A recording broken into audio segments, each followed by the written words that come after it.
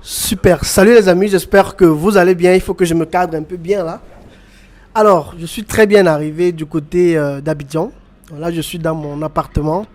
Très bel appartement meublé, je présente un peu rapidement là.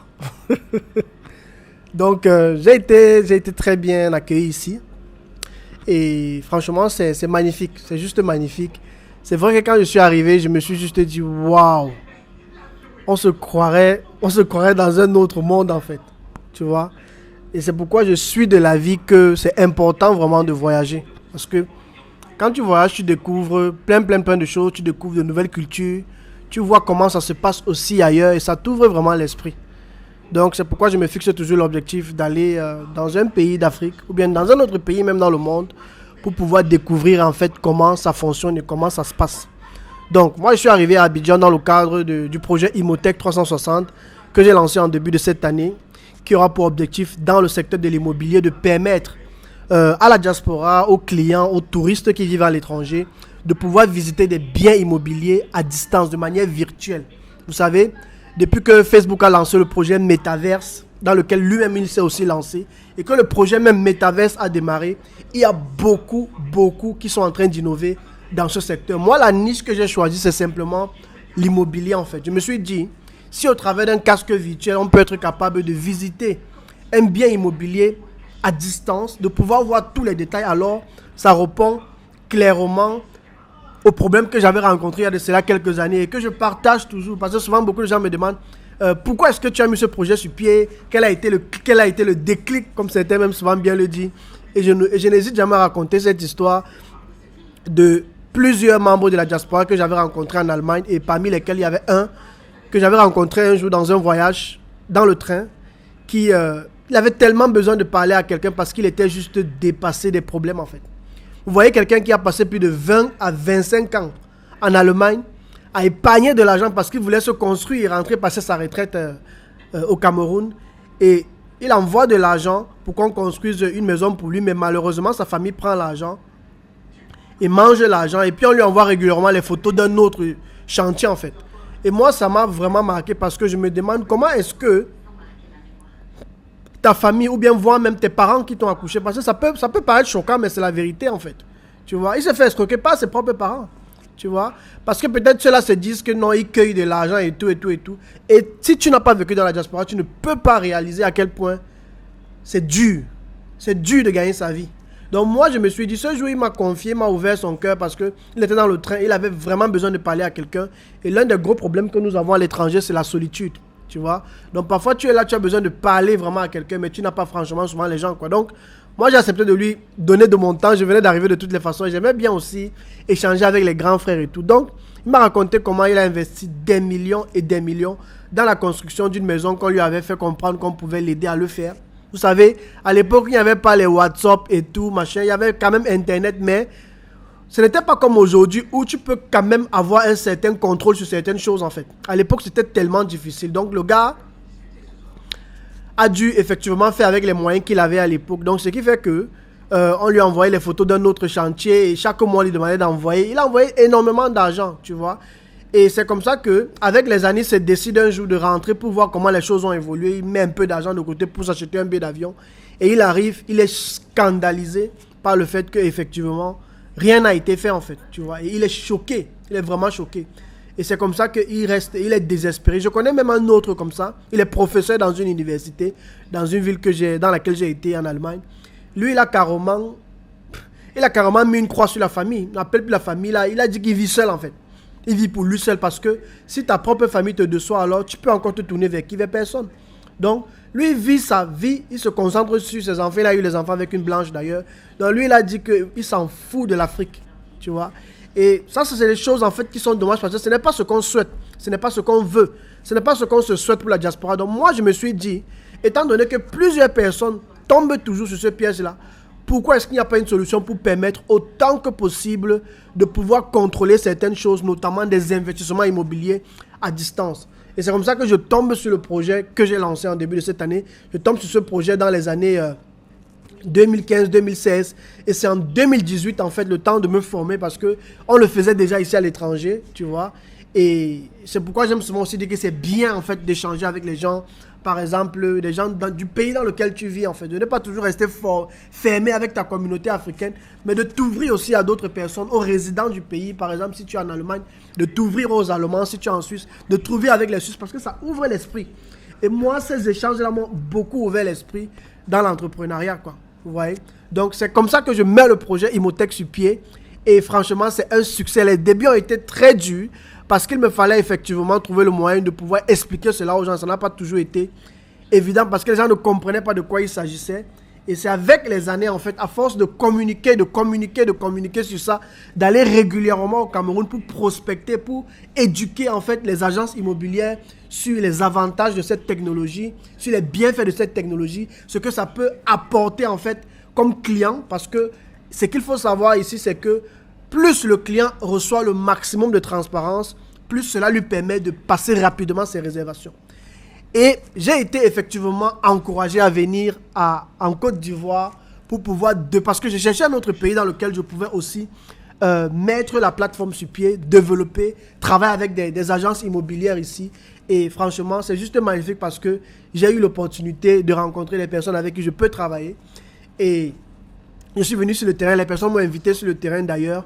Donc là, je suis à la maison. On a commencé un peu d'abord à faire du tourisme un peu.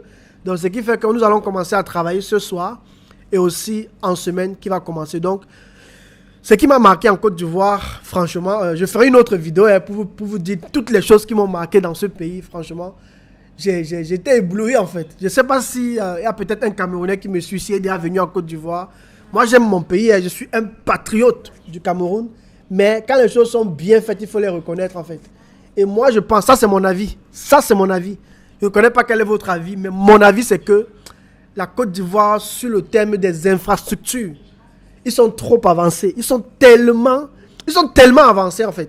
Tu vois? Je ne vais pas faire de comparaison avec le Cameroun. Moi, il dit juste ce que je vois ici sur le terrain.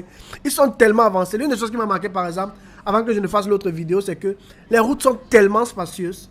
Tu vois 4, 5 voitures presque roulées sur une seule route. Tu vois des échangeurs, des autoroutes qui sont bien faits comme si tu étais en Europe. Tu vois? Et un autre domaine qui m'a beaucoup marqué aussi, c'est le secteur de l'immobilier.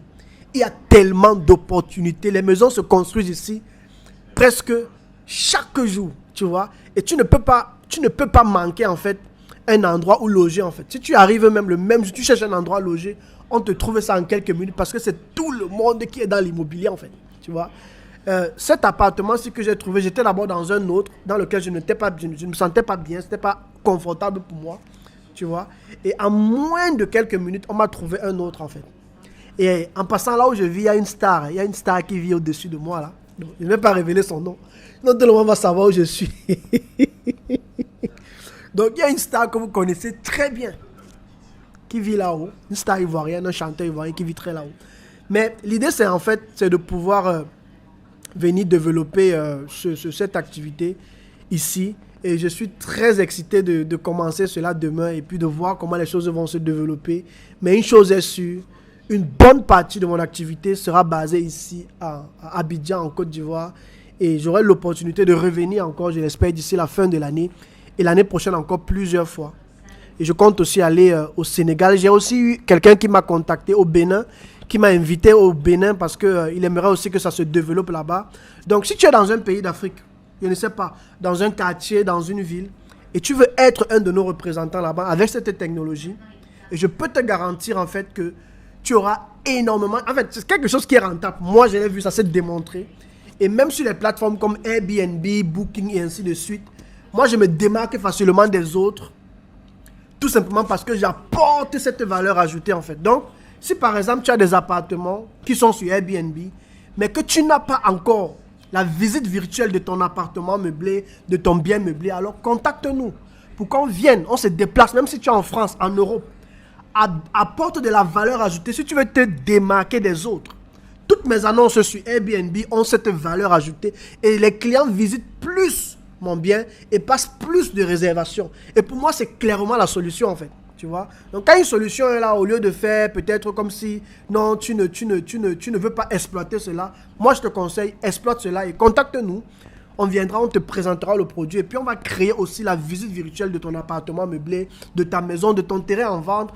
Et l'avantage avec ça, c'est que ta maison sera visible au monde entier ou alors accessible au monde entier 24 heures sur 24. Et pour moi, je trouve que c'est ça qui est magique. Donc, c'est un peu ça que je voulais partager avec vous. Je vous ferai d'autres vidéos pour vous présenter un peu les choses que je découvre ici et tout. Peut-être si je rencontre des entrepreneurs aussi, j'aurai l'occasion d'échanger avec eux. Mais moi, je suis venu pour un objectif bien précis.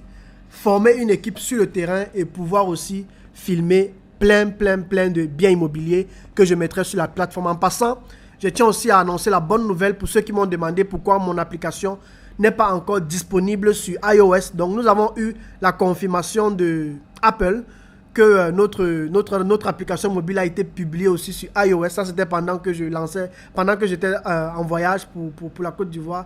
Et j'étais tellement content. Donc, désormais, tu pourras trouver notre application sur iOS, mais aussi sur Android. De toutes les façons, on l'a fait sur Android. Mais iOS a rejeté, en fait, notre demande plusieurs fois. Franchement, moi, je trouve que c'est tellement compliqué de publier une application sur iOS. Mais ça a été une très belle expérience. Je dis d'ailleurs merci à toute mon équipe de développeurs, ces gens qui travaillent dur dans le secret pour que cette activité grandisse et prenne de l'ampleur. Donc, merci beaucoup les gars. Merci aussi pour tous ceux qui m'aident et pour tous ceux avec qui je travaille dans ce secteur. Je dis aussi merci avec ceux avec qui je vais travailler ici en Côte d'Ivoire et merci de m'avoir accueilli ici. Donc, je vais terminer la vidéo pour vous présenter un peu rapidement, comme je vous parlais de l'immobilier. Donc, je vais vous montrer un peu mon balcon. Vous allez comprendre beaucoup de choses. Et vous allez voir comment, en fait, les choses se construisent directement ici en face de moi. Parce que là, je suis dans mon balcon. Vous allez comprendre comment, ici, là, les gens construisent comme si... Regardez, derrière moi, ici. Derrière moi, là, ils sont en train de construire un projet de R+7. Un immeuble R+7. Regardez cet appartement-ci. Vous voyez? Je suis dans un quartier assez résidentiel et très beau. Et l'idée vraiment, c'est de pouvoir voir comment je peux effectivement aussi apporter de la valeur ajoutée à toutes ces personnes qui font dans l'immobilier, par exemple, pour les aider à avoir plus de clients, avoir plus de personnes qui réservent. Et pour moi, c'est un service juste magnifique. Donc, je voulais prendre le temps de vous présenter tout ça avant de pouvoir repartir, m'apprêter, parce que nous allons bientôt sortir pour aller bosser, quoi. Donc, une très belle vue d'ailleurs. Et si tu n'as pas encore visité la Côte d'Ivoire, vraiment, je t'encourage à venir ici. Et si tu as besoin des gens pour t'aider à séjourner, à passer un très beau séjour et tout, tu peux me contacter. Je te mettrai en contact avec les gens de mon petit réseau, si je pourrais le dire comme ça. Mais j'aurai l'opportunité de venir régulièrement ici et je pense que ce sera juste un avantage pour moi de pouvoir facilement me retrouver mes repères parce que les gens en Côte d'Ivoire sont très accueillants, vraiment, il faut que je le reconnaisse. Ils sont très accueillants et tu ne peux pas venir ici et tu es perdu, quoi. Tu vois, tu ne peux pas venir ici et tu es perdu parce que les gens sont vraiment très accueillants et très ouverts aussi, tu vois. Tu peux te déplacer, tu peux sortir en ville. Tu n'as même pas... En fait, ici, là, ce n'est même pas une affaire de que... tu peux dire que tu vas te déplacer très tard et avoir peur. Ici, tu peux te déplacer comme tu veux, quand tu veux. Les gens ont un esprit ouvert, en fait, tu vois. Et je vois aussi beaucoup d'expatriés dans ce pays. Donc, ce qui fait que les gens ont un esprit ouvert, les gens sont ouverts à l'entrepreneuriat, les gens sont ouverts au business. Et franchement, c'est un pays qui a beaucoup d'opportunités. Moi, c'est ce que je peux dire. Pour le peu que j'ai vu, ça fait déjà 2 jours, disons le 3e qui commence comme ça. Et franchement, pour moi, je trouve que c'est un pays qui a beaucoup d'opportunités. Donc, je vais m'arrêter là, les amis, et je ferai d'autres vidéos pour vous partager un peu comment les choses se passent de ce côté. On reste en contact. Ciao.